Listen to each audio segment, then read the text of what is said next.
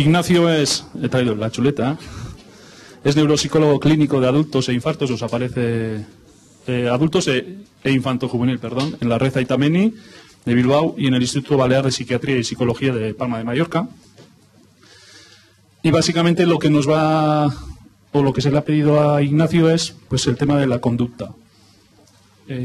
Todos tenemos problemas de conducta con nuestros hijos e hijas, desde tirarse los pelos al suelo para vestir o para cualquier otro tipo de cosas. Entonces, Ignacio, en principio, el planteamiento que hemos hecho es, y se solicitó también a los socios, pues casos reales para que él se pudiese basar un poquito también en la casuística.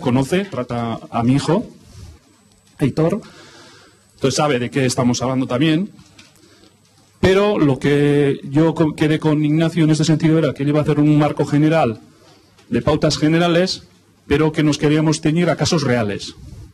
Entonces, aquí sí queremos pedir un poquito la participación de los padres en este sentido. De que levantéis la mano y digáis, pues yo tengo este problema con mi hijo. ¿Cómo lo solucionamos? Porque básicamente todos tenemos los mismos, variando un poquito, ¿no? Entonces, queremos dar un poquito esas pautas, o Ignacio dará las pautas, y luego iremos intentando solucionar o ver pues cómo se puede intentar corregir algunas conductas o por lo menos encaminarlas en ese sentido. Entonces yo con esto acabo y le cedo la palabra a Ignacio. Muchas gracias, Joseba. Bueno, buenos días a todos. Os presento el esquema de la charleta que voy a dar a lo largo de los próximos minutos. Una muy breve introducción, analizaremos causas y objetivos de los comportamientos, especialmente de los comportamientos inadecuados. Después sí que quiero centrarme en aspectos básicos del aprendizaje. Cuando hablamos de aprendizaje, sobre todo hablamos del aprendizaje de la conducta. Principios básicos que nos van a hacer falta para tener un vocabulario y un marco en el que luego conocer y analizar los comportamientos del día a día. Luego, bueno, pues voy a resumir algunos de los principales programas estandarizados de comportamiento para que nos den también una idea de por dónde van los tiros y luego pautas más concretas. La parte más importante en cuanto a tiempo será la presentación de comportamientos que algunos de vosotros habéis enviado a Joseba y que yo he recogido aquí. Y sobre todo los que se os vayan ocurriendo o que vayáis queriendo presentar a lo largo de la charla. Sí que os pediría que durante la parte teórica levantéis la mano cada vez que tengáis algún tipo de duda, que me interrumpáis permanentemente, que esto sea una bidireccionalidad, que no sea solamente una clase magistral, porque para eso ya están los libros, etcétera.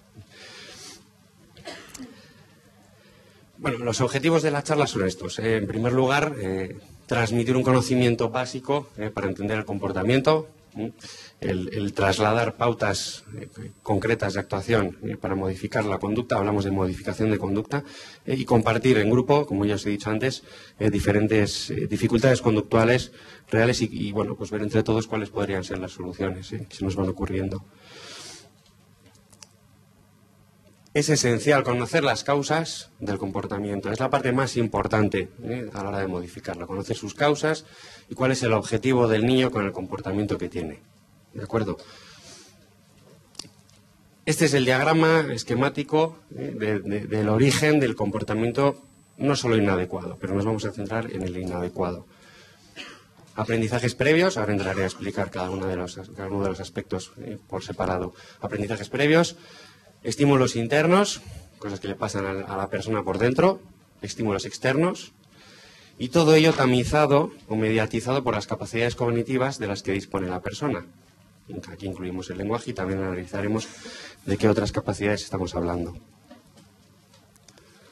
¿Qué son los aprendizajes previos? Bueno, pues básicamente asociaciones que se han dado en el pasado entre un comportamiento y una consecuencia que ha tenido ese comportamiento. Yo he aprendido que cada vez que me tiro al suelo se me presta más atención. Bueno, pues ahí ya tengo un aprendizaje que si se repite muchas veces lo voy a consolidar y lo voy a tender a repetir. La repetición precisamente fortalece estos aprendizajes, y es muy importante que sepáis que la capacidad, los mecanismos de aprendizaje que se dan en el niño, en el ser humano, son básicamente los mismos en todos los mamíferos, incluso en muchas aves. ¿De acuerdo? Es decir, cuando tenemos que entrenar a un perro, cuando tenemos que entrenar a un gato, a una rata, etcétera, los mecanismos de aprendizaje son los mismos, ¿no? Aunque luego, obviamente, las capacidades cognitivas, el contexto en el que se da, el hecho de que hay un lenguaje, etcétera, lo complejifica todo muchísimo más en el caso del ser humano. ¿De qué hablamos cuando hablamos de estímulos internos? Pues fundamentalmente estados fisiológicos, ¿no? Pues si el niño tiene hambre, el niño está cansado, sueño, me duele la muela. Es decir, yo he estado 2 semanas con la muela del juicio dándome guerra y tenía un cabreo permanente, una irritabilidad y todo me molestaba. Pues bueno, pues esos estados fisiológicos que a los adultos, que sabemos modularlos más o menos, nos interrumpen el comportamiento adecuado, pues a un niño con dificultades conductuales, pues aún más. Los propios pensamientos, los planes, los deseos, la actividad mental, que bueno, yo quiero coger, y esto va a determinar mi comportamiento. Este es un estímulo dentro de mí, aparece un deseo, aparece una meta, aparece un plan, aparece un objetivo, etcétera. Y por supuesto las emociones, es decir, si estoy enfadado, si estoy triste, si estoy excitado, y esta es una emoción muy relevante en los niños con síndrome de Angelman. Cuando hay una excitación, bueno, eso va a mediatizar el comportamiento final. Y los estímulos externos, ahí se ha desplazado, la presencia de determinadas personas, las conductas de otras personas cuando le pedimos que haga algo, esto es un desencadenante para luego un comportamiento. El hecho de que esté la abuela o el hecho de que no esté, etcétera. El propio entorno físico, veréis cómo hay comportamientos que sean en un entorno y que luego no sean en otro, a pesar de que las personas con las que estas son las mismas, pues se determinan también. El propio momento del día, no es lo mismo por la mañana, por la tarde, que generar un estado fisiológico de cansancio, ¿no? Pero el propio, la luz, etcétera, también va a determinar un aprendizaje u otro, y por lo tanto una conducta u otra. Bueno, esto yo creo que más o menos todos lo conocemos, ¿no? Hasta aquí. La mediatización de la que os hablaba, de las capacidades cognitivas, cómo pasa todo aquello que nos rodea o que sale de nosotros por el tamiz, por el filtro de nuestras capacidades mentales, cómo lo analizamos, cómo somos capaces de gestionar esas realidades. Básicamente tiene que ver con las propias capacidades atencionales que pueda tener la persona, en este caso el niño, y hablamos de diferentes tipos de atención, y esto yo creo que está bien que tengáis una cierta noción de capacidades mentales que tenemos, ¿no? Pues las capacidades atencionales que nos permiten sostener la atención en el tiempo, ¿no? Es decir, el niño es capaz de estar jugando 5 minutos o sin distraerse, o solo 30 segundos, o 15 minutos, o 2 horas y media. Pues esto es un elemento a tener en cuenta para luego ver qué comportamiento va a tener. Si yo pretendo que esté 1 hora y media jugando o 45 minutos jugando sin protestar y su atención sostenida es de apenas unos segundos, le voy a insistir, vamos a tener un problema de conducta. ¿De acuerdo? Con lo cual, si yo sé que su atención es limitada, antes de que se le agote la atención, pues yo haré algo para no llevarle a un comportamiento inadecuado. De ahí la relevancia, que os insistiré a lo largo de la charla, de apuntar, de registrar. Es decir, que vosotros sepáis cuánto tiempo es capaz vuestro hijo de prestar atención. Y que lo apuntéis en un cuadernito. No lo hagáis de cabeza, apuntadlo. Es decir, y veréis más o menos, llegaréis a una noción de cuántos segundos, minutos u horas es capaz el niño de prestar atención, y podréis anticiparos a la fatiga atencional, que es un estímulo interno espectacular para generar conductas inadecuadas. El cansancio es de lo más generador de comportamiento inadecuado. Hablamos de atención selectiva. ¿Esto qué quiere decir? Bueno, ser capaz de prestar atención a lo que me está diciendo mi padre y no prestar atención a este juguete tan chulo que tengo aquí al lado. O prestar atención a lo que me está diciendo el profesor en vez de a lo que me está diciendo un compañero, que me parece mucho más interesante. Pero tengo que hacer el esfuerzo de atender selectivamente a lo que me dice el profesor. Dificultades atencionales o capacidades atencionales que son complejas y que en muchos de estos chicos pues están afectadas, ¿no? La atención alternante, cambiar el foco atencional de una tarea a otra. Estoy haciendo un ejercicio y ahora tengo que hacer otro. O estoy haciendo un juego y ahora tengo que ir a ayudar a poner la mesa. El cambio atencional, yo todavía estoy con el chip del juego. Tengo que cambiar el chip a la tarea. Y ese cambio atencional, que a los adultos no nos cuesta demasiado, a los niños sí les cuesta mucho más. Y un niño con dificultades cognitivas, pues aún más. Entonces va a tener el foco atencional en la tarea anterior. Entonces, ¿qué haremos? Pues le pararemos más. A lo mejor no vamos a pretender que cambie rápidamente la tarea, sino que haremos un pequeño periodo de interín, ¿no? Bueno, pues nos sentamos, ahora vamos a hacer otra tarea, les explicamos, le facilitamos el cambio atencional, porque no es inmediato. Es lo que nos pasa a nosotros cuando volvemos de vacaciones, básicamente, que tenemos que volver a poner el chip de volver a trabajar y nos cuesta, pues, a estos niños más. Hablamos de memoria operativa y está en atención, no está en memoria. Y esto es, bueno, pues un tema terminológico, pero como capacidad mental es atención, ¿vale? Pero hablamos de memoria operativa. ¿Qué es esto?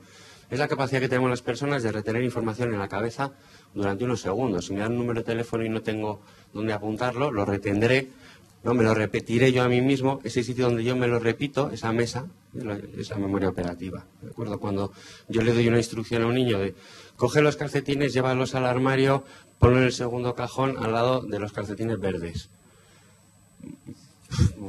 Igual le tengo que dar una instrucción que la retenga. Cuando ya la ha llevado a cabo, le doy la segunda instrucción, etcétera, ¿no? Entonces, el típico ejercicio de el primo del padre del amigo de mi sobrino se llama Juan, ¿vale? A ver, ¿quién es este? Pues ese ejercicio mental que hacemos ahí lo hacemos con nuestra memoria operativa. Si la memoria operativa de un niño es muy breve, solo retiene una información, lo que os decía, pues la vamos a dar de una luna, no le vamos a dar 3 instrucciones seguidas, eso tenedlo en cuenta. Y luego otra capacidad relacionada con la atención es la velocidad de procesamiento, la velocidad a la que va nuestra información en la cabeza. ¿Cómo de rápido proceso la información? Si soy una persona que procesa despacio, necesitaré que la información me la den a mi ritmo. Entonces, no sirve el ritmo de la vida real, sino que sirve el ritmo que tiene el niño. Entonces, yo si quiero que lleve a cabo una tarea, pues tendré que adecuar el ritmo la velocidad a su ritmo, ¿de acuerdo? Y esto a veces es de perogrullo, pero a veces se nos olvida. Luego la propia capacidad ya de memoria, memoria pura y dura, de acordarme de las cosas, de acordarme de dónde está guardado un juguete, acordarme de lo que tengo que hacer mañana, acordarme de lo que hice ayer. Y aquí hablamos de memoria verbal y memoria no verbal, porque son capacidades que están en lugares diferentes en el cerebro. Y fundamentalmente, cuando hablamos de memoria verbal, hablamos de cuando nos hablan, si entendemos, una vez que he entendido, retener esa información, no a corto plazo, sino acordarme de ella dentro de una hora, dentro de media hora. Y lectora en el caso de que haya lectura, ¿de acuerdo? Y sobre todo, memoria no verbal, imágenes, sonidos, y es una capacidad que muchas veces está más conservada que la verbal, con lo cual podemos utilizarla más, pues, con imágenes, etcétera. Y unas capacidades que no son o el término funciones ejecutivas no es tan conocido, son las capacidades de razonamiento. Hay un poco un desglose de cuáles son estas funciones ejecutivas de las que hablamos. Fundamentalmente nos referimos a capacidades que se ponen en marcha cuando tengo que hacer algo nuevo, que no he hecho nunca, que no es automático. Es decir, cuando me apunto a la autoescuela y cojo el coche por primera vez, o la segunda o la tercera, que para mí esto es algo novedoso y tengo que pensar cómo cambio de marcha, cuál era el pedal del freno. Luego ya cuando llevo 2 años conduciendo lo hago automático y ni pienso y estoy a otra cosa, ¿de acuerdo? Pues la capacidad que se pone en marcha cuando no es automático son funciones ejecutivas, ¿de acuerdo? También son las capacidades que se ponen en marcha cuando tengo que planificar una tarea, cuando tengo que hacer secuencias de varias acciones, ¿no? Pues cómo hago la secuencia de aseo, ¿no? Que incluye el quitarme el pijama, meterme en la ducha, el secuenciar todas esas tareas, ¿de acuerdo? Son parte de las funciones ejecutivas. Categorizar, establecer categorías, tiene que ver con la inteligencia, ¿no? Pues saber que un árbol y una pera, o un árbol y una mosca son seres vivos, que una estatua y un poema son obras de arte. Bueno, pues establecer categorías, parte de lo que hablamos, de lo que nos referimos antes como inteligencia. Y luego, muy importante, ser capaz de supervisar la propia acción, cómo lo estoy haciendo de bien, ser capaz de mirarme, de monitorizar, ¿vale? Todas estas capacidades en un niño con síndrome de Angelman vamos a ver que no están desarrolladas en gran medida, con lo cual tendremos que tenerlas en cuenta a la hora de hacerle las demandas, ¿de acuerdo?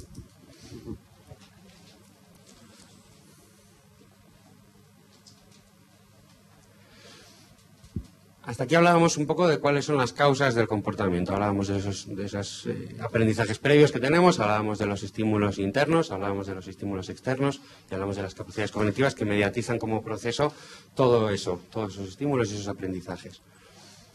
A otro nivel de análisis diferente, y nos olvidamos un poco del tema de las causas, hablamos de objetivos de la conducta. ¿De acuerdo? Y la conducta siempre tiene un fin, siempre tiene un sentido, siempre tiene un objetivo. La conducta tanto adecuada como inadecuada. Y aquí lo fundamental es observar las consecuencias de la conducta. Cuando observamos la consecuencia de la conducta, llegaremos muy fácilmente a descubrir cuál era el objetivo de la misma. Bueno, pone ahí, ¿no? Pues que la comprensión de estos objetivos nos hará más eficaces, etcétera. ¿Cómo descubrirlo? Centrémonos más en analizar las consecuencias de la conducta individual más que la conducta en sí misma, ¿vale? Antes me comentaba una situación Joseba de su hijo, como le tiraba del pelo a una niña para sentarse en el columpio, ¿no? Entonces el énfasis estará en que le ha tirado del pelo y le ha hecho daño, y es que fíjate, y es que tal. Bueno, ¿cuáles son las consecuencias en este caso, ¿no? Bueno, que la profesora le castiga, vale. Pero sí que hubo una parte en la que él le tira del pelo, le quita a la niña del columpio y se sienta a él. Bueno, ahí tenemos el objetivo de la conducta. La conducta de tirar el pelo, el objetivo era sentarse. Bueno, lo teníamos claro, pero es fundamental analizarlo desde ese punto de vista. No centrarnos en la conducta, que muchas veces hay que relativizar el comportamiento. Claro, a la madre de la otra niña pues no le hará ninguna gracia, a la profesora seguramente tampoco, pero a nosotros, bueno, a la niña tampoco, está claro, evidentemente. En cualquier caso,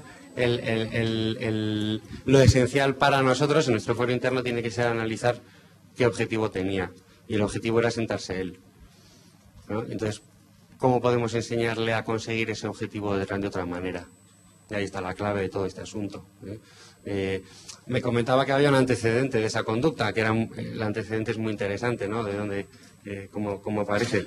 Y el antecedente era que el niño había estado jugando y ya le tocaba a la niña, la profesora le retira y el niño empieza a pedir, no, pero yo quiero jugar. Y a la vez número 10, que no le hacen caso, entonces coge a la niña, la quita y se pone, ¿vale? Bueno, esto lo podemos analizar más en profundidad, pero me parece muy interesante el hecho de que hay una conducta muy adecuada, muchísimo, que es la de pedir, ¿no? Y yo le decía a Joseba, joder, no, en un mundo ideal habría que sacrificar la justicia social y dejar al niño jugar. Claro, sí es verdad que para la niña es injusto, que no es el sistema, que no se puede hacer, ¿no? Pero sería lo ideal, porque estamos enseñando al niño una conducta adecuada y cuando lo repita 10 veces, el día que la profesora le diga, no, ahora te esperas, seguramente se espere. Porque la conducta de pelo no la habrá aprendido, la de tirar del pelo, habrá aprendido la de pedir. Y funciona casi siempre, funciona 9 de cada 10 veces. Sí, luego hago un... Sí, probablemente es una conducta fácil, ¿eh? Es decir, no es una forma de manipular la realidad fácil, ¿no? Cómoda, ¿no? Tirar el pelo rápida, ¿eh? Eso es. Sí, pero no es tanto el tirón de pelo en sí, sino el para qué. Y ahí tendréis muchas diferencias entre unos y otros. En cada situación será distinto, aunque el método sea el mismo, ¿no? El tirar del pelo.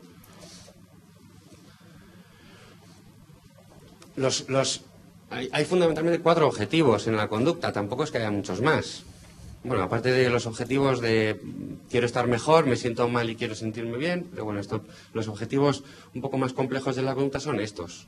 Buscar la atención, el poder o control, la revancha y la demostración de insuficiencia. Pero ahora voy a ir de uno en uno. Esto ya lo habéis oído, ¿no? Que el deseo de que se les preste atención es universal en todos los niños y en los adultos, en todos los seres humanos. Es lo fundamental, que nos presten atención. La atención social es lo que más nos refuerza, es lo que más nos apetece, es lo que nos integra en el grupo y estamos preparados genéticamente para buscar eso, para sentirnos parte del grupo. Es lo que nos identifica en parte como especie. Y tanto es así que un niño prefiere obtener atención, aunque sea para ser castigado, antes que ser ignorado. Vale, no hay nada peor que la frase esta de no hay mayor desprecio que no hacer aprecio. Pues ahí lo tenéis, ¿no? Es decir, prefiero que me castiguen antes que pasen de mí. Hombre, prefiero que me presten atención positiva, pero en caso de que no, atención negativa. Esto probablemente también lo sabíais. Y aquí pone, no, pues si simplemente estamos molestos, corregimos al niño con advertencias o ruegos, el niño ha recibido la atención deseada. Si cuando el niño está haciendo una trastada vamos ahí a ver qué pasa, aunque no hagamos nada, solamente lo observamos, y el niño deja de portarse inadecuadamente, ahí estamos sabiendo que estaba buscando atención, ¿vale? Porque ha detenido la conducta, porque ya no hace falta. Ya ha conseguido lo que quería.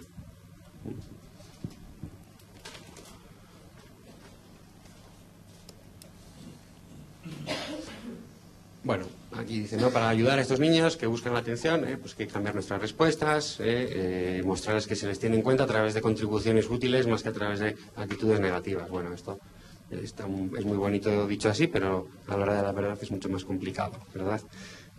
Centrar nuestra atención en el comportamiento constructivo. Había una de las conductas o de las situaciones que habéis enviado por correo electrónico a Joseba, que luego él me ha transmitido y que luego expondré, que tenía que ver con esto, ¿no? Es decir, nos dicen que no le hagamos caso. Era un niño que se golpeaba, ¿no?, contra la esquina de la mesa, contra la pared, la cabeza, pues para hacerse daño. Obviamente no, para llamar la atención, ¿vale? Y nos dicen que no le hagamos caso. Ya, pero es que el niño se está dando golpes con la esquina de la, ¿no? Entonces, bueno, eso de no hacerle caso y vamos a reforzar solo cuando se porte bien. Bueno, no es exactamente así. Es decir, esa conducta también tenemos que hacer algo con ella, con eso de darse golpes, etcétera. Bueno, cuando la forma de pedir, y esto sobre todo cuando son otras formas más leves, cuando es golpearse no, pero cuando son formas más leves, la forma de pedir, si es inadecuada, no le vamos a hacer caso, pero en cuanto esté un segundo portándose bien, no 10 minutos, en cuanto se calle, entonces ya le presto atención. ¿De acuerdo? No espero a que... No, se tiene que portar bien un ratito, que ha estado 10 minutos montando jaleo, pues ahora que esté 10 minutos portándose bien, entonces voy. No. En cuanto pare de montar jaleo, entonces ya le doy la atención. Eso el día 1 y los 7 primeros días o los 20 primeros días. En la siguiente fase, pues voy a esperar 2 segundos. Cuando esté 2 segundos portándose bien, entonces le presto atención. Es decir, la rabita no le hago caso, en cuanto para la rabita hago caso. Porque así el niño aprende que recibe la atención parándose, no con la rabieta. Luego abordaremos un poco más el tema de las rabietas. Bueno, hay una idea, ¿no?, de que los niños que si no son el centro de atención, que tienen la sensación de que no significan nada. Bueno, la segunda o el segundo objetivo de la conducta casi siempre es el poder, la búsqueda del poder, el control. Sobre todo me gusta más la palabra control más que poder, ¿vale? El ser capaces de manejar la realidad. Los niños están aprendiendo a controlar el mundo, a controlar las cosas. A decir, si yo cojo esto y lo suelto, cae al suelo. Esto es un descubrimiento. Yo ejerzo acción sobre la realidad, yo modifico las cosas. Modifico el comportamiento de mis padres. Joder, están ahí en la cocina y de repente consigo que estén aquí, ¿no? Consigo que me abracen y que me den besos, que me he dado con la cabeza en la esquina de la mesa, ¿no?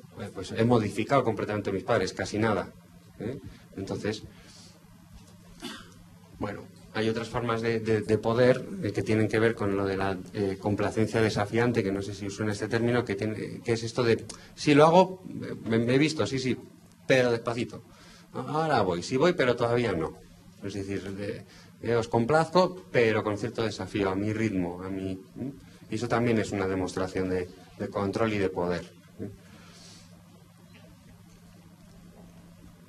Y aquí lo que sí que nos pasa muchas veces a los adultos es esa lucha de poder. Entonces, no, yo te gano a ti.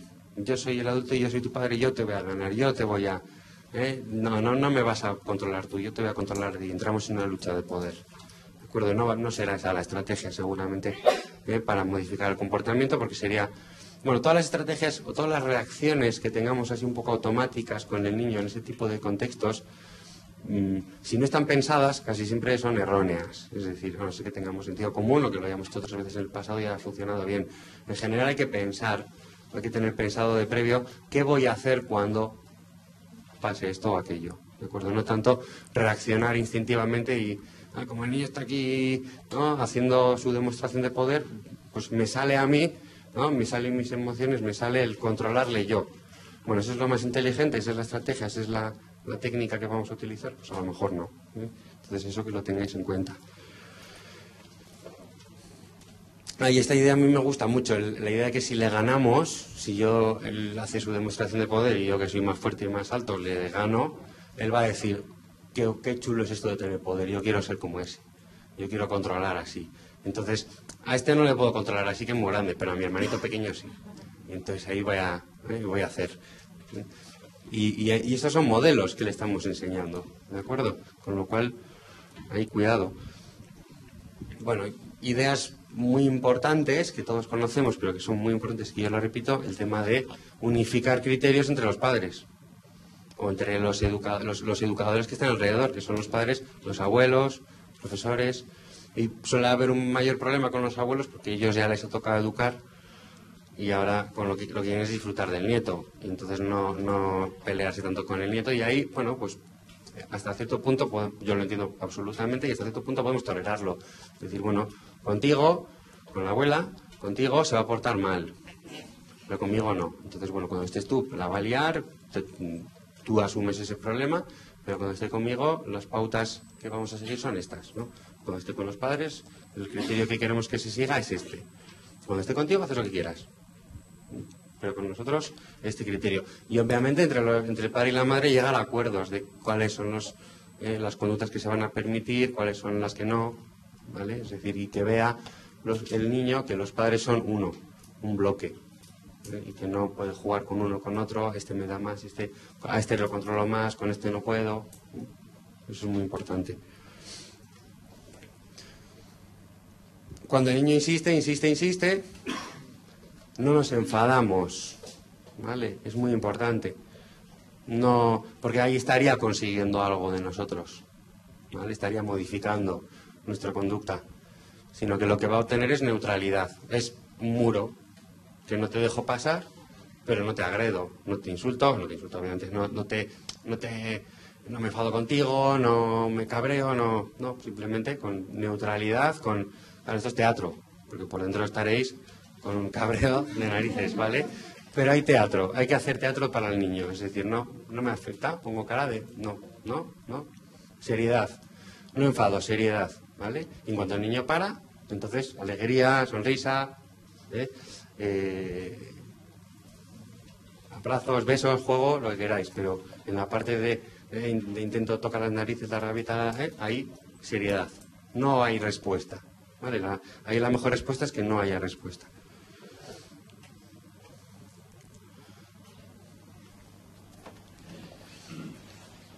De aquí en el segundo párrafo la idea de olvidarnos de la conducta anterior. Es decir, bueno, primero que el niño tenga la rabieta, que pare por él solo, es decir, pues le ignoramos o le detenemos o lo que sea, le agarramos tal, pero que pare él solo, no que sea porque estamos convenciéndole, diciéndole, venga, si te paras te voy a dar, porque entonces está consiguiendo algo con esa rabieta, sino que se canse de la rabieta.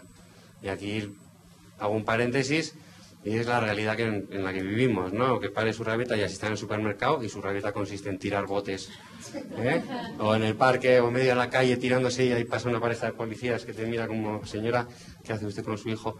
¿No? Ahí la realidad nos dificulta y a lo mejor simplemente no podemos funcionar bien ahí y tenemos que meter la pata y hacerlo mal, pero no pasa nada, ya lo haremos bien otras veces. Y cierro el paréntesis. El niño conseguimos que más o menos pare y entonces a nosotros se nos tiene que borrar los 35 minutos de rabieta que ha tenido. Se nos tiene que olvidar. Por lo menos eso es lo que tenemos que mostrarle al niño. Y nos comportamos en base a la conducta que tiene aquí y ahora. Si ha parado la rabieta, entonces yo me tengo que comportar como si no hubiera habido rabieta. Me tengo que comportar con la conducta que están manifestando en este momento, que es de tranquilidad, de calma, de estar callado, de estar bien. No puedo estar enfadado o no puedo demostrarle que estoy enfadado porque entonces estoy dándole una consecuencia de enfado a una conducta de él de normalidad. Él seguramente se le ha olvidado porque tenemos un tema de memoria ahí diferente, deficitario, entonces a él se le va a olvidar mucho más fácil que a nosotros. la emoción se le va a ir mucho más fácil que a nosotros. A nosotros nos va a persistir el cabreo. Entonces, ahí nuestra emoción no se tiene que dejar ver. Difícil, es difícil, pero bueno.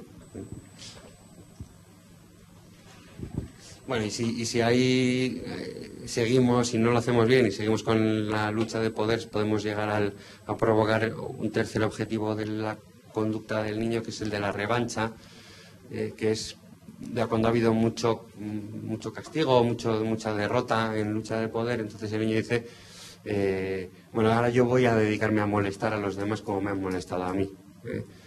Es decir, ya estoy enfadado, tengo unas emociones negativas y voy a transmitirlas a los demás. Y estamos hablando de conductas, bueno, pues más resistentes al cambio, que a veces no hay un desencadenante claro.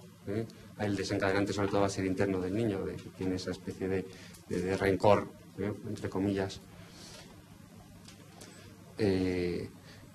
En cualquier caso, no es una conducta que sea muy habitual, o no es un objetivo de conducta que sea especialmente habitual, y menos en niños con dificultades cognitivas, etcétera, ¿vale? Es decir, esto es más común incluso en adolescentes, diría yo. Y luego tenemos la demostración de insuficiencia, que yo a veces la veo más en los padres, ¿vale? Es decir, no puedo más, me rindo, me da igual todo. Ya me comporto de cualquier manera, ya no respondo a normas ni a principios del aprendizaje, ni al castigo, ni al refuerzo. Ya. Normalmente esto ocurre con niños que están sobrecastigados, han sido tan castigados tantas veces que ya el castigo les da igual, ya no les afecta, ya lo asumen como la normalidad, ¿vale? Es decir, lo normal para mí es estar castigado, con lo cual ya todo me importa un pepino. Entonces, en estos casos, que son extremos, que esto no lo vais a ver en vuestras casas, estoy convencido de ello, pero bueno, para que sepáis, en estos casos lo que se hace es solamente refuerzo ante la más mínima conducta positiva, refuerzo a tope, y nada de censuras, nada de castigos, nada de... ¿vale? Porque estamos en el niño en el cual el castigo no funciona para nada. Bueno, no necesariamente es un orden estos objetivos. De nuevo insisto en la idea de que observéis los resultados de la conducta para comprender qué es lo que pretendía el niño con esa conducta. Y la idea fundamental de esto, que nosotros somos los que tenemos que cambiar nuestro comportamiento si queremos que el niño cambie el suyo, ¿vale? Nosotros somos los que vamos a dirigir un poco esa conducta.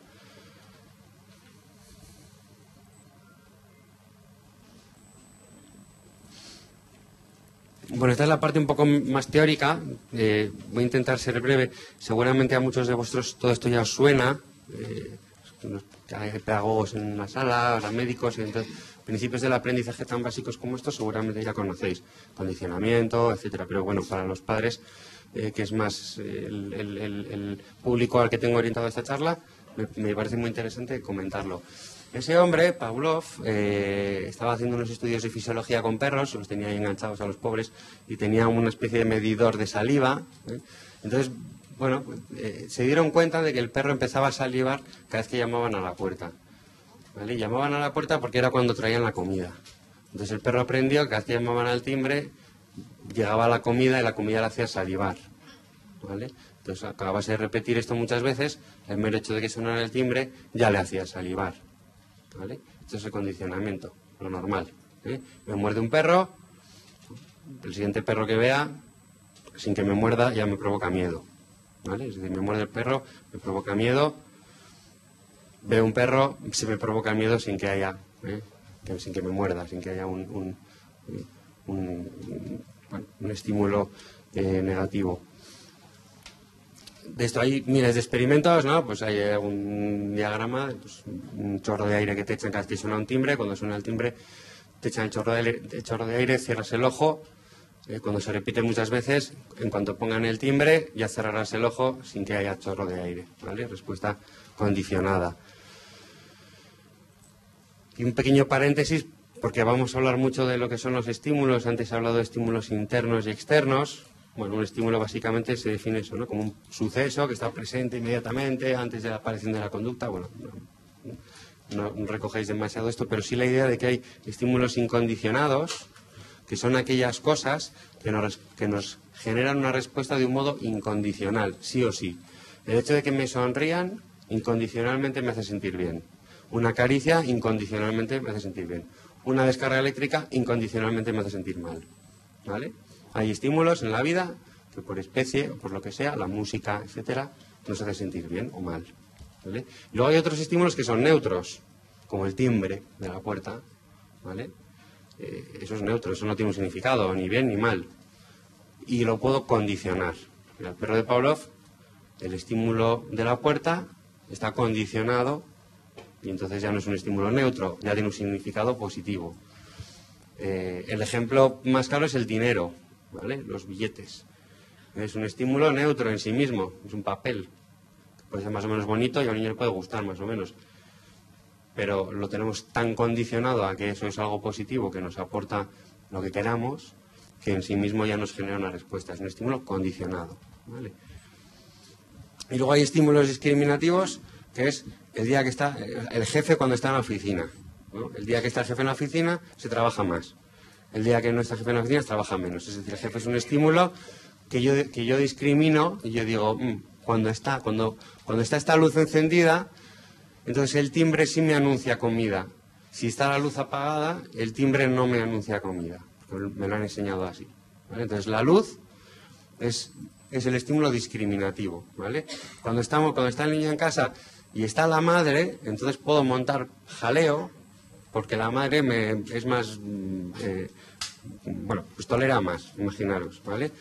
Pero si no está la madre, entonces no puedo, porque imaginaros que siempre está el padre. Y hay veces que está la madre y hay veces que no. Entonces cuando está la madre, puedo hacer lo que quiera porque la madre le dice al padre, no le riñas al niño, ¿vale? Entonces, cuando está la madre es el estímulo discriminativo, de que puedo hacer lo que quiera. Cuando no está, no lo puedo hacer, ¿vale? Pues imaginaros, es decir, esto pasa mucho con las abuelas, pero bueno, aquí tenéis un diagrama un poco de lo mismo, pero con el ejemplo del perro de Pavlov, que tenéis, pues el estímulo incondicionado es la comida, incondicionalmente genera una respuesta de salivación. A mí, yo, si me imagino los botes de guindillas de Ibarra, a mí me genera así salivación solamente el bote en sí, ¿no? Incondicionalmente. El estímulo neutro, la campana, es neutro, pero la campana le da igual, a la base de repetir esa asociación, condiciono, la campana ya no es neutro, sino condicionado. Y da una respuesta, está mal ahí, condicionada, ¿de acuerdo? La respuesta incondicionada es la de arriba, incondicionalmente me genera salivación. El timbre, la campana condicionada, genera una respuesta también condicionada, ¿de acuerdo? Que no es exactamente la misma salivación que cuando me ponen la comida, se parecen mucho. Es decir, yo no respondo igual ante el billete a lo mejor que ante el coche, si es lo que quiero comprarme con el billete. Pero bueno, es una respuesta similar. Esa es la respuesta condicionada. Y algunas leyes de cómo se adquiere esto, ¿no? Este condicionamiento, bueno, pues nada, muy sencillo, el número de veces, cuantas más veces lo empareje, más fuerte será el condicionamiento. No tiene más. ¿Cómo se extingue? Cuando dejo de darle la comida presentándole la campana. Yo le he enseñado que con campana viene comida, pero un día dejo de dar comida con la campana. Entonces va a repetirse la conducta, la campana va a generar la salivación durante un tiempo. Pero luego dejará de producirse la salivación, se extinguirá el aprendizaje. Yo puedo tener miedo a los perros, pero si empiezo a tener perros a mi alrededor y no tengo más narices que tenerlos alrededor y los perros me lamen y están ahí y no me hacen nada y pasan los días y los meses y los años, al final la fobia se irá, el condicionamiento desaparecerá, ¿vale? Esta es la base con la que se trabaja para abordar las fobias. Sobre todo cuando vamos a hablar del siguiente tipo de condicionamiento, que es el operante, que es cuando yo doy una respuesta y yo obtengo una recompensa. Cuando se quiere extinguir una conducta que antes ha funcionado, ¿no? Yo aprieto el botón del ascensor, el ascensor viene. Cuando deja de ocurrir que viene el ascensor, yo doy al botón, el ascensor no viene, pues está estropeado.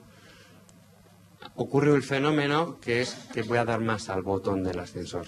Es decir, le doy, no funciona, y le doy varias veces, ¿vale? Esto es que es normal, o sea, y esto en los niños también lo hacen.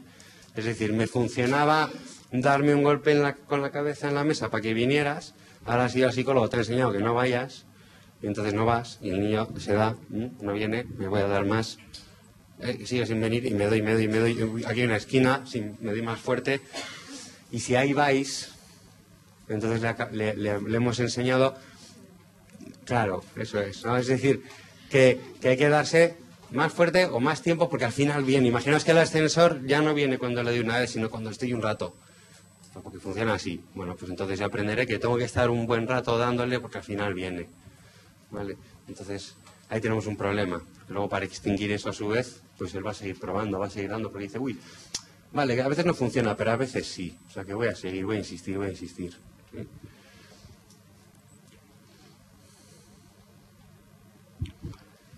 Bueno, la generalización, esto es que el timbre me hace llevar, pero también una campanita, y también un pitido, y también ¿vale? Es decir, estímulos parecidos me generan la misma respuesta.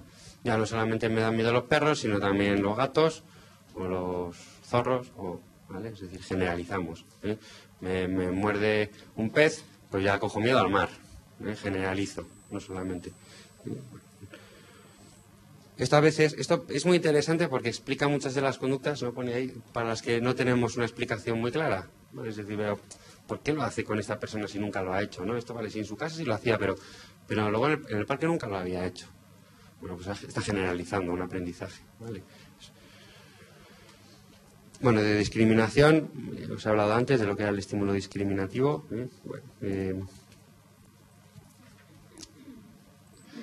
Y el condicionamiento de orden superior, que no tiene más interés que el hecho de que un estímulo, y aquí el dinero es el ejemplo perfecto, que en principio es neutro, lo condiciono tanto y tan bien que al final en sí mismo funciona exactamente igual que un estímulo incondicionado. El dinero para mí de forma incondicional me genera una respuesta igual que el coche, o igual que lo que me puedo comprar con el dinero. Bueno,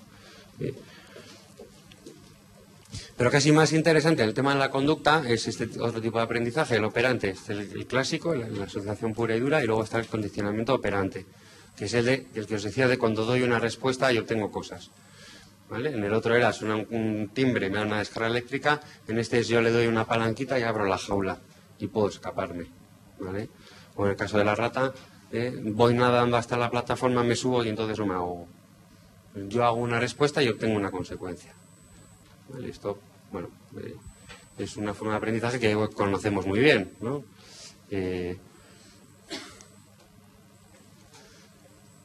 La ley del efecto son estas dos frases tan de perogrullo, ¿no?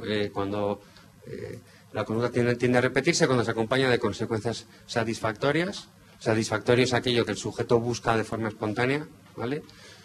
La conducta tiende a no repetirse cuando es seguida de consecuencias insatisfactorias.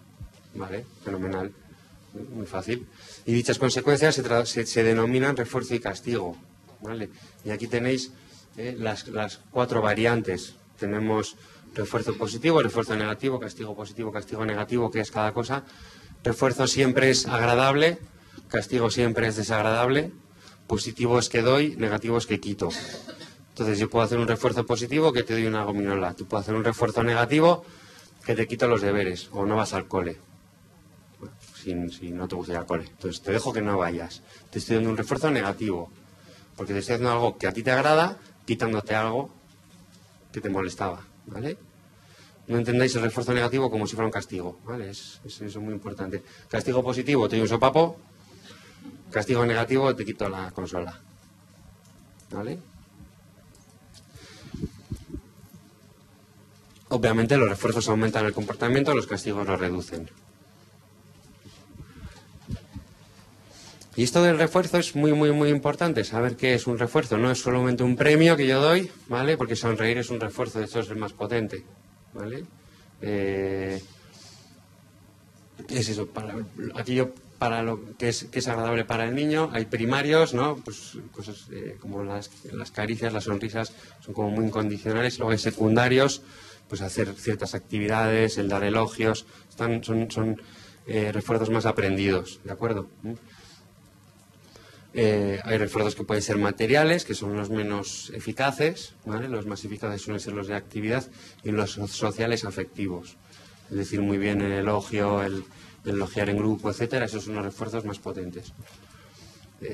Bueno, puede haber externos o autoaplicados. En el caso de los niños con síndrome de Angelman, autoaplicado es mucho más difícil, pero en los adultos nos reforzamos a nosotros mismos, que bien lo he hecho, ¿vale? Esto sirve también, aunque externo suele ser más potente, pero autoaplicado también sirve.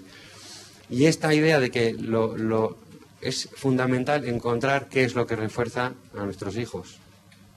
¿Qué le refuerza a tu hijo en concreto, ¿no? Y yo aquí siempre pongo el ejemplo de un chaval que tenía 16 años que me decía, a mí mi padre me compra la consola, el último modelo, el mejor móvil de no sé qué y tal, y yo lo que quiero es que me escuche cuando le cuento qué grupos de música me gustan. Entonces a este chaval no le refuerza la consola, a este chaval le refuerza que su padre esté escuchándole y no le censure porque es que qué música escuchas, ¿no? Es decir, saber, y cuando les preguntas a los padres, hazme una lista de cosas que le refuerzan a tu hijo, les cuesta mucho. Y al final lo hacen, pero le dedican tiempo y ahí tienen que sentarse los dos y ponerse a pensar. No es tan sencillo. Y este es el instrumento básico que mueve la conducta, el refuerzo, con lo cual si no lo tenemos claro lo que refuerza al niño, difícilmente vamos a poder hacer un buen programa para cambiar el comportamiento. La idea, los falsos refuerzos, ¿no? Esto de sacar un 10 en el chaval o se porta bien y dices, ves, siempre ya podías portarte bien así, ¿no? Ya podías hacerlo siempre así de bien. Eso no es un refuerzo, ¿vale? Eso es un castigo, ¿de acuerdo? Literalmente, con lo cual, ahí cuidado, ¿eh? Bueno, va variando con el tiempo, lo que es un refuerzo hoy puede no serlo dentro de un año, ¿eh?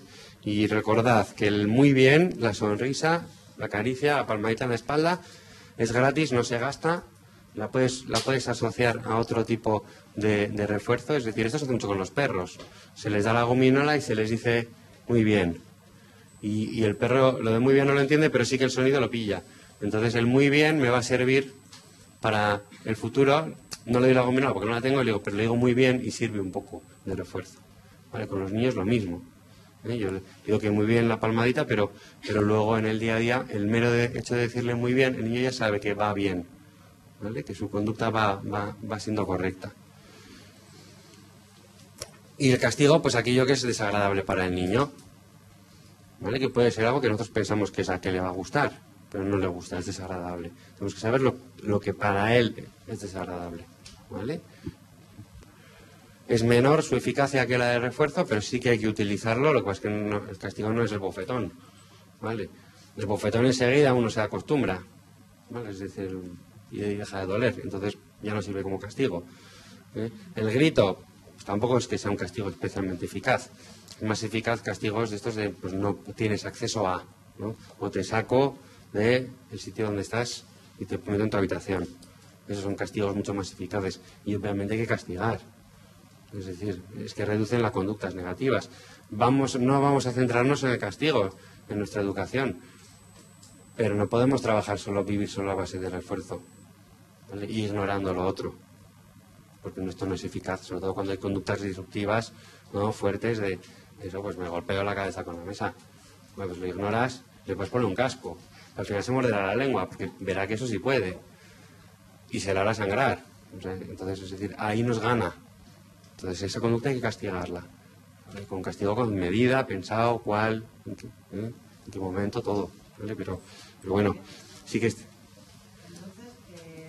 ¿refuerzo positivo utilizamos, refuerzo negativo también? ¿Y castigo positivo y castigo negativo también? ¿O no? Castigo positivo nunca se utiliza. No, castigo positivo sí que podemos utilizar, pero es difícil que se nos ocurra uno bueno. O sea, la cara de seria, por ejemplo, ¿no? Eso puede ser un castigo positivo. No sé si es negativo porque te estoy quitando, no te estoy dando una reacción, simplemente estoy hierático, ¿no? Te quito algo que te gusta. A ti te gusta que te sonría, no te sonrío. Me quedo serio. ¿Te gusta que reaccione? No reacciono. Claro, o sea, él tiene una actitud que no es buena, ¿no? Entonces yo le hago castigo negativo, le quito porque los dibujos que está viendo en ese momento. Pero eso va a desencadenar otra situación, igual es peor que la anterior, o sea, no estoy solucionando nada, estoy complicando la situación. ¿Cómo termino con eso? Claro, Es una cadena.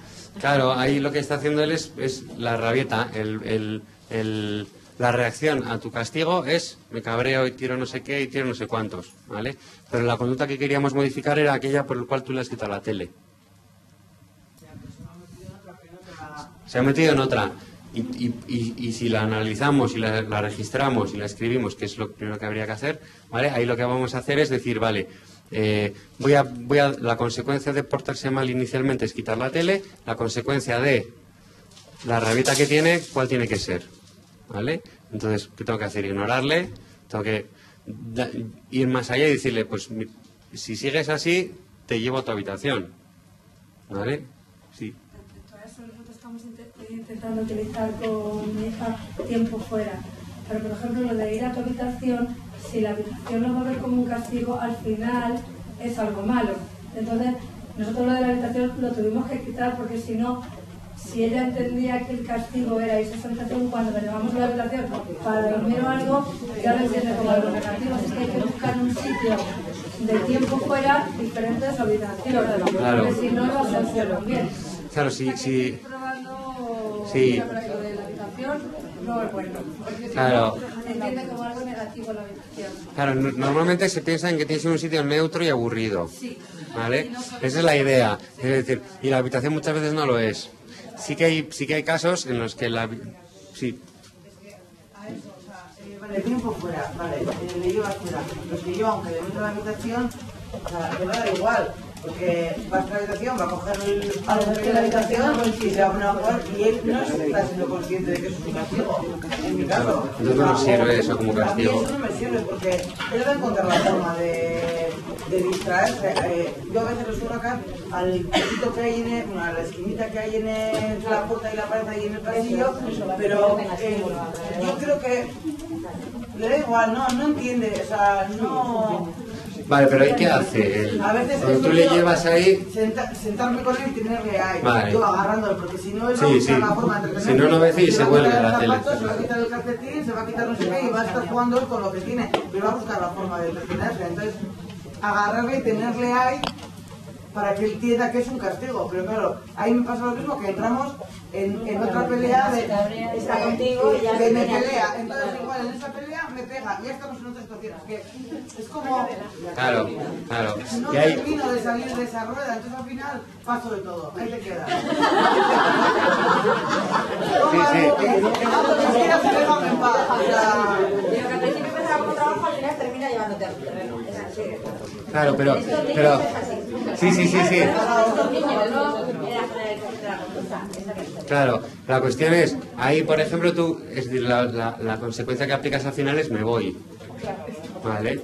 Y le castigas retirando tu presencia y tu atención. Y a lo mejor eso es lo que funciona al final, ¿no?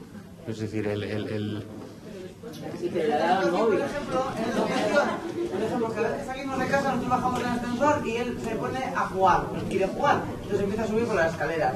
Y en esa situación funciona muy bien, porque yo cojo y le digo, Aitor, o sea, nos vamos. Cojo, nos metemos al garaje, me meto al otro niño, enciendo el motor, y automáticamente, ahí viene. Perfecto, le meto y ya, os ondocan, no sé qué, muy bien, y todo va bien. En otras situaciones sí vale, pero en casa, que es un entorno en el que lo controla o sea, no hay manera de... No es como decir, en casa me cuesta más controlar esas situaciones. En el parque lo mismo, o vamos a andar al monte o lo que sea, no quiere. Nos vamos para adelante todo, nos sentamos, ya vendrá, si no hay peligro, ya vendrá, y efectivamente, le ignoro en ese sentido y funciona muy bien. Pero en otras situaciones yo creo que en casa me cuesta más, porque igual él tiene más cosas con las que se puede entretener, o él sabe que no tiene ningún peligro de perdernos. Claro, en la acera, si nos marchamos, ostras, que mis padres se van y yo qué me va a pasar, pero en casa sabe que estoy ahí, no sabe que, no sé, no me sirve, no salgo de ese círculo. Me da igual si se entretiene con cualquier cosa, te digo, si se ha aburrido se quita el calcetín y se pone a jugar con la calcetina, ponérselo a quitárselo y no sé qué, que no hay manera de... En el caso este que has comentado, ¿cómo empieza el problema? Realmente, es decir... Pues por ejemplo, típico siempre movida es para vestirse. O sea, no quiere porque está jugando o está haciendo otra cosa, ahí quiere esto y no quiere vestir, entonces se me tira al suelo. Y yo le levanto y se vuelve a tirar al suelo. Y al final, pues como no sabemos qué hacer, pues le coges fuerte, le pones encima y le pones a vestir. Pero claro, no es lo correcto. Porque ni le estoy enseñando a vestirse solo, ni le estoy reforzando de ningún tipo, ni estamos aprendiendo nada. Lo que estoy haciendo es salvar la situación hoy y mañana que... entonces, si un día digo, venga, vamos, ahorita hay tiempo, es sábado, ahí vamos a, venga, y todos ven aquí, vamos a poner que decir, o, a ver, a mí me funciona muy bien cantarle, distraerle, no sé qué, pero no sé si eso está bien, porque al final está consiguiendo lo que es.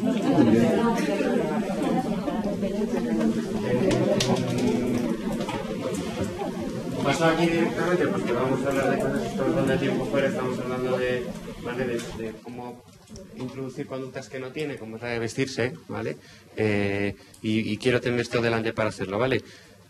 Antes de nada, nos falta información, ¿vale? Es decir, de esa situación que se da, que es el vestirse, porque nos ponemos en la última situación de todas, de la de ya me he cansado y me voy, ¿vale? Pero realmente el problema no es ese, el origen del problema es el de la situación inicial, ¿vale? Que es donde tenemos que trabajar. La octava situación que se da, la bola de nieve, que ya ha ido cayendo, esa ya es muy difícil de parar, ¿vale? El problema hay que atajarlo al principio. Y a lo mejor, claro, la conducta de tirarse, bueno, la apuntamos, ¿no? Apuntamos aquí, siempre hacemos un registro para valorar el comportamiento. Esto es fundamental, hacerlo y hacerlo por escrito también es fundamental. ¿De qué pasaba antes? ¿Cuál es la conducta? Se tira solo, no se quiere vestir. ¿Y cuál es la consecuencia? Le apago la tele, ¿vale? Bueno, sí, perdona. El problema es que nuestros niños entienden los castigos como el resto de los niños. Sí lo Es que el entiendo. mío es muy pequeño, entonces no lo sé. Claro. A ver, ya os digo, son los mismos mecanismos para todos los mamíferos y no está relacionado con la inteligencia. Es decir, son capacidades muy primitivas que están en nuestro cerebro, en cualquier cerebro, están presentes, ¿de acuerdo? Con lo cual, lo que pasa es que, claro, el castigo en concreto, la conducta en concreto, será diferente si es un niño que tiene lenguaje, si es un niño que no tiene lenguaje, si es un niño muy pequeño o un chaval más mayor, ¿de acuerdo? Entonces ahí el cuál en concreto, el qué en concreto variará, pero la capacidad y el mecanismo está presente, sin duda alguna. A lo que iba antes, es decir, de qué hacemos con esa conducta que yo quiero, que es que se aprenda a vestir solo, ¿vale? Yo quiero meter una conducta que no tiene. ¿Y cuál es la mejor forma de promover una conducta nueva? ¿Vale? Porque ahí el problema no es quiero evitar la conducta de que se tire al suelo cuando no estamos vistiendo. No, el problema es quiero que aprenda a vestirse él solo o que me ayude a vestirse él. Eso es, el enfoque es diferente. El se tira al suelo es el paso número 2. Ahí tengo Sí. porque, por ejemplo, con esa conducta, es que siempre es la misma conducta, el vestirse. Por ejemplo, nosotros lo hemos enseñado y lo he aprendido súper fácil a poner la mesa, a comer. Después de comer, él sin decirle nada, coge y lleva, que son conductas, lleva el plato a la cocina, coge la platina y te dice quiero el postre. Vale, o sea, con una conducta súper normal, súper bien, perfecto, sin problemas, no se le debe la comida, porque en ese aspecto no hay ningún problema. En cambio, a la hora de vestirse, o sea, da igual que no tiene nada que ver los externos que tiene el cansancio, o sea, No, siempre, pero podría estar relacionado con que siempre. eso sí le agrada y el vestirme significa me visto porque me voy a ir al cole.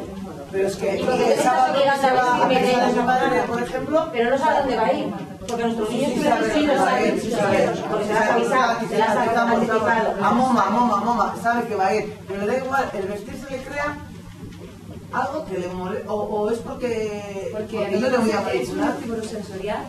¿Sabes? Que nuestros niños tienen una hipersensibilidad especial en las manos, además, el contacto con el agua, lo que hablábamos aquí, parece que le estimula porque es que el cuerpo entero está estimulado. La ropa es un estímulo. El estímulo externo, es decir, no es lo mismo llevar el plato. Pero cuando está vestido no tiene ningún problema. Pero es el claro, pero ya está vestido, pero el momento de cambiar su estado de ropa, el plaqueteo ese de ahora me quito y ahora me pongo, yo creo que puede seguir ahí. La posibilidad de que él pudiera elegir la ropa, o sea, que le dieras tú... yo creo que el problema no es sino quitarse la ropa y ponerse de protección. Yo, por ejemplo, a mi hija también le ocurre eso, pero si yo le pongo una chaqueta encima de una blusa ya no me protesta. Si le pongo un abrigo no protesta. Es cuando yo le quito. Entonces, es todo. O sea, si tú le pones una chaqueta encima de una camiseta... Para ponerle la chaqueta y para quitarle cuando le quita, es tela. O sea, le comencemos magia, venga, tal. O sea, pero es que yo soy la payasa del pueblo, todo el día estoy o cantando, haciendo gilipolleces o no sé qué, porque es la única manera de meterle a él en un juego y divertirse y tal. Pero si no lo haces así, o sea, no hay manera. Pero bueno, no me estoy... Sí, no, pero es que eso es así. O sea, habéis dicho cosas muy interesantes. Por un lado, la parte o sea, es un estímulo incondicional para el niño, es un estímulo incondicionalmente desagradable el vestirse.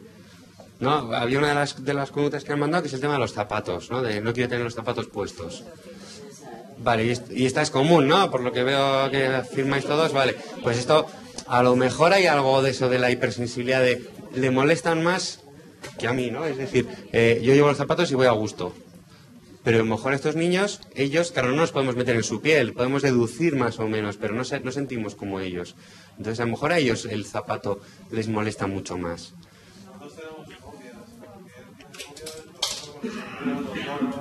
Todo lo que sea en la cabeza. Y la mía acabo de que lo demás ahora lo estamos consiguiendo porque parece que el curso tiene como un salto madurativo, que es como el senador, ¿sabes? Al principio todo es generación y luego de repente un día, no sé por qué, lo ha visto alguien y dice, ostras, pues mira, voy a probarlo y no es tan desagradable. Pero también los cánceres, se ponen una sudoración, un nerviosismo, una fobia terrible. Las mangas, la manga larga, ¿sabes? Si tú le recoges la manga, no lo quiere, quiero la manga larga, ¿sabes? Si es así que eso es un coste. Y lo que decía ella, tú tienes que montar mucho, en casa tiene que ser la 11, entonces cada día quiero la 11. Y luego por la calle cuando se ponen tontos y no quieren andar, porque claro, uno tiene 5 años y otro tiene 3, que también se ponen muy tontos. Yo siempre voy con celular a todas partes, pues y yo, al final vamos, cadeneta, uno coge un celular por una parte, el otro caja por la otra, voy en medio y vamos cantando, y así puedo hacer 1 kilómetro de casa a no sé dónde, que vamos cantando por la calle y vamos felices, pero ir de la mano así como personas normales, andando, hay que ir. No son capaces de ir. Pero eso porque has conocido en algún momento que tú así, si consigues pateleta o algo, si le das esto y vas cantando, lo hago mucho mejor que de la mano formalita. A ver, a mí me parece muchísimo. Sí. Igual vamos, no sé. Bueno. Igual vamos y los casos, lo que sea, vamos como, no sé. Sí, no hay problema, ¿eh? Yo creo que... Nos hemos interrumpido aquí todo. No, pero casi mejor, ¿eh? Casi, sí, porque así puedo ir metiendo esto, pero sí. Hay una idea muy interesante. Bueno, hay dos ideas. Una es nuestros hijos no van a hacer las cosas igual que los demás, ¿vale? Y esto es difícil de asimilar porque yo quiero que sea... Un padre me decía, yo no quiero que mi hijo sea feliz, yo quiero que sea normal, ¿vale?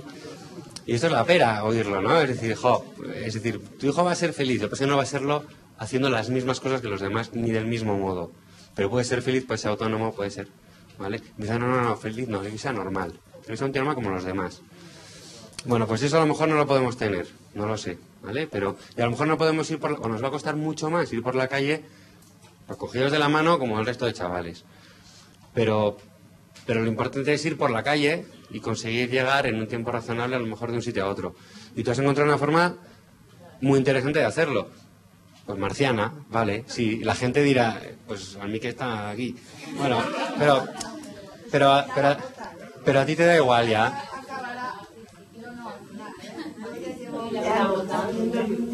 Yo ya estoy agotadísima. A la mía le pasa lo mismo para levantarse de la cama. Pues igual me pongo el sombrero y sin decirle nada paso por delante. Ya me saca o me pongo otra cosa, o me he visto rara, o le explico que vamos a ir a algún sitio, le anticipo, pero ella igual no se lo termina de creer, que sabe que hoy es lunes y tiene que ir a clase. Y le gusta, al final le gusta ir a clase, pero bueno, todos los días al final eso agota, ¿eh? Sí, por la calle cantando, o siempre haciendo el número, donde estés, siempre. Y hay aquí Sí, por supuesto no. Sí, es decir, ya hace el número del plan y te hace más. De la primera opción a todo esto, cuando le quité la silla, no quité a los dos porque, bueno, quité a los dos porque el pequeño lleva la silla y entonces el mayor quería, bueno, en fin, no hay silla, vamos andando, ¿vale? Entonces el problema era que se tiraba al suelo, ¿vale? Empezamos a extinguir la conducta. Bien, pues se tira al suelo en un sitio donde hay peligro, que puede ser una acera, que pasan coches, y esa forma no me vale. Y me doy cuenta que lo que quiere es jugar, empieza a subir y bajar escaleras de ahí un portal, lo que quiere es jugar, no quiere andar por andar, ir a ningún sitio. Entonces, tengo un conflicto, tengo ahí una movida que no sé cómo solucionarla. Entonces la única cosa que se me ocurre es hacer algo que él se lo pase bien, que juegue conmigo en vez de con las escaleras para poder llevarle yo al esto. Entonces empezamos a cantar, íbamos cantando y al otro le pregunto, ¿qué vamos a cantar? Entonces ya está jugando conmigo y está yendo al sitio que quiero. Entonces me pareció una manera de no crear conflicto, un conflicto que igual yo no soy capaz de saber cómo solucionar, porque ni pienso en frío ni tengo igual la suficiente capacidad o la información para saber cómo salir de ese momento de bloqueo. Entonces digo, pues no lo creo, lo evito. Entonces para no evitarlo, como yo sé que jugando y cantando y pasándoselo bien conmigo consigo lo que quiero, pues lo hago así. Es que eso es lo que hay que hacer, ¿vale? Es decir, otro ejemplo, ¿no? Los niños en los museos. No, yo quiero que mi hijo esté en el museo, así, viendo el cuadro, ¿vale? Como si tuviera 60 años. Pues lo vas a conseguir cuando tengas 60 años. Pero primero hay que hacer una asociación de que el arte es divertido. Entonces se hacen días en el museo para niños. Y ese día hay payasos y no sé qué. Y estamos enseñando al niño una asociación de arte, diversión. Tú estás enseñando ir por la calle, diversión. Eso es una inversión en que dentro de no sé cuánto tiempo... Sí, eso es.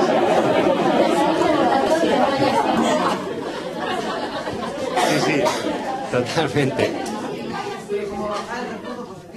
Claro, pues lo puedes ir aplazando, ¿vale? Es decir, el ascensor ya no baja cada vez que le doy al botón, baja cada 2 veces. Pues bueno, pero mantiene la conducta. De hecho, el refuerzo intermitente mantiene mucho más la conducta que el refuerzo, ¿vale? Que siempre se da. Cuando yo refuerzo, por ejemplo, eso es, ¿vale? Yo le doy al botón del ascensor y baja a veces, pero le doy muchas más veces, ¿vale? Es decir, tú puedes ir retirando, ¿vale? El refuerzo, o puedes irlo disminuyendo de intensidad, puedes sustituir el refuerzo de hacer la actividad con lo de muy bien. Acompañas el cantar y bailar cuando lo estés haciendo muy bien, Aitor, lo estás haciendo muy bien. Mañana no hacemos lo de cantar y bailar toda la hora, lo hacemos solo 50 minutos y esos 10 que no hacemos cantar y bailar le voy diciendo que muy bien. Y eso es una especie de refuerzo ahí, ¿no?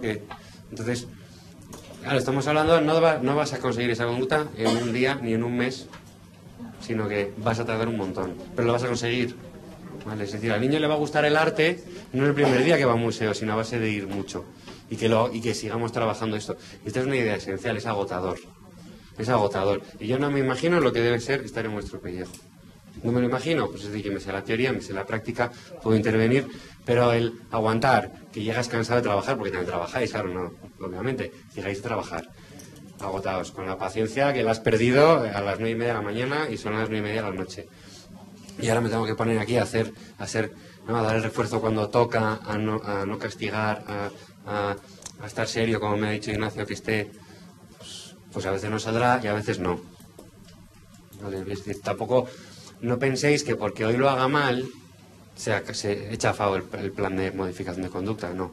Es decir, yo lo puedo hacer bien muchas veces y mal un montón de veces también y el aprendizaje se va a dar. ¿Vale? Es decir, que es una cuestión de tendencias, ¿vale? Aquí os he puesto esta diapo porque había algunas cosas que me parecía interesante, ¿no? La primera frase, se trata de ir tendiendo hacia la conducta adecuada.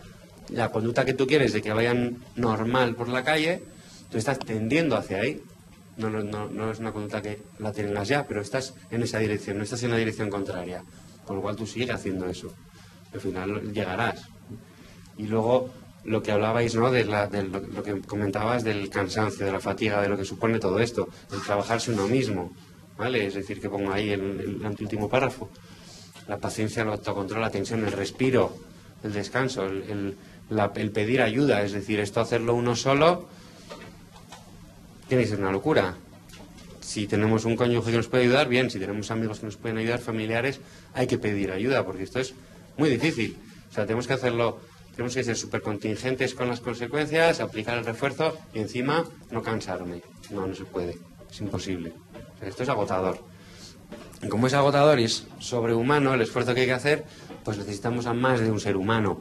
¿Vale? Necesitáis ayuda, necesitamos colaboración y yo le puedes decir a tu madre que te ayude de este modo.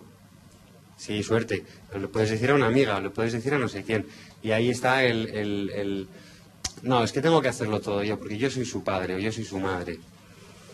Pues no. O sea, en esta vida, yo es lo que siempre digo, uno solo, lo único que tiene que hacer son las fotos de carnet. Lo demás, ¿vale? Se puede pedir ayuda, ¿vale?